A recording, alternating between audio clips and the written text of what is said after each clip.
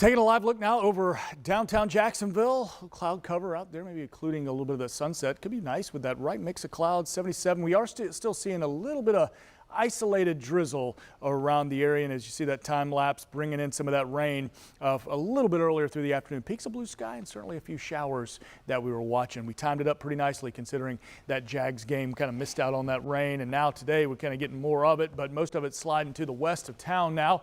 We do have a couple of coastal alerts to tell you about. Coastal flood advisory for St. Johns River from downtown all the way through Palatka and Putnam County down towards Satsuma and the Intracoastal Waterway. Got to continue to watch those steady east and northeast winds. I think a turkey must have flapped its wings by the anemometer in Palm Coast. 139-mile-an-hour winds. That, my friends, not accurate, but you know, one good turkey flap might get it.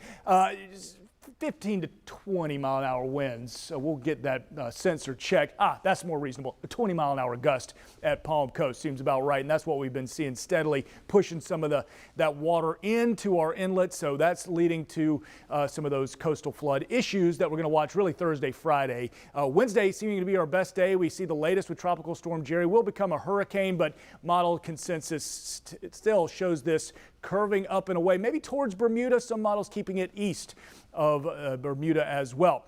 Now, for us, less concerned about Jerry, more concerned as a front makes its way through by Thursday, and then a low pressure area, a little cyclogenesis, the birth of a little cyclone coming out of the Bahamas, out of South Florida. That's going to tighten that pressure gradient. Look how close these lines are together, your isobars, lines of equal pressure. The tighter they are together, the stronger the wind. So Thursday, Friday, we're going to watch for some strong winds out of the beach, 30 to 35-mile-an-hour gusts maybe above, as look at this low develop, and you see the concentric circles starting to get that wrap around, a classic nor'easter setup as we get towards Friday. So we're going to watch for waves of rain at the beach. Now this, as it moves away Saturday, Sunday, we were talking about the Jags game being nice. When this low gets to the northeast of us, it's going to wrap around dry air. So we're actually going to be blessed with drier air, maybe even some cooler temperatures once that low makes it away. But we must watch Thursday, Friday in particular. We've got weather impact alert because of those big gusts.